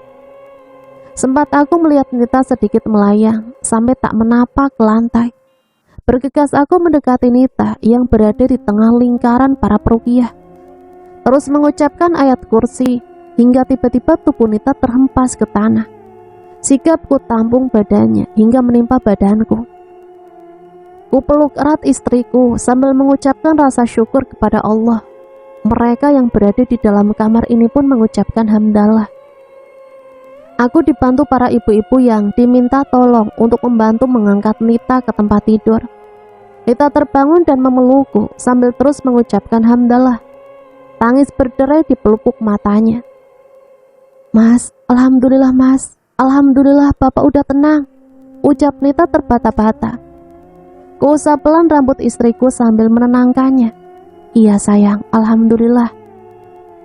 Aku melihat Mama masuk ke kamar dan langsung memeluk Nita. Aku menitipkan Nita agar dijaga oleh Mama dan Bi Ima, seraya memberikan Saskia ASI. Aku keluar melihat Pak Dandi, teman Pak Dandi dan Om Mawan yang sedang bercengkrama. Kuurungkan langkahku untuk mendekati mereka dan pergi ke teras untuk bertemu para peruqyah dan mengucapkan terima kasih kepada mereka yang sepertinya masih berstatus pelajar itu, dan juga mengucapkan terima kasih kepada tetangga yang sudah membantu. Sejak hari itu Nita mulai istiqomah untuk menggunakan hijab sehari-harinya dan tidak meninggalkan sholat. Keadaan mamanya Nita pun semakin membaik, begitupun dengan Saskia. Anak perempuan itu tumbuh dengan riang dan ceria. Bobot badannya pun terus bertambah. Semoga kalian selalu di jalan Allah Subhanahu wa Ta'ala ya nak. Semoga Allah selalu melindungi kalian dan diberikan kebahagiaan hingga maut memisahkan. Hingga kita sama-sama di jannahnya Allah Subhanahu wa Ta'ala. Maafin mama ya nak, karena belum menjadi mama yang baik buat Nita, ucap mamanya Nita sambil meneteskan air mata. Dahulu mereka memang sering bertengkar, walaupun hal sekecil apapun itu. Aku pun tak tahu mengapa ibu dan anak ini terlihat panas waktu awal aku mengenal Nita. Namun sejak kejadian malam itu, Nita maupun mama mertuaku sudah sangat membaik. Bagiku itu hal yang luar biasa, mukjizat dari Allah Subhanahu wa Ta'ala. Dan cerita selesai sampai di sini. Semoga cerita ini bisa menemani hari-hari teman-teman semua ya. Sampai di sini saya pamit undur diri, mohon maaf apabila banyak salah kata. Sampai berjumpa kembali di cerita-cerita selanjutnya. Matur suwun, wassalamualaikum warahmatullahi wabarakatuh.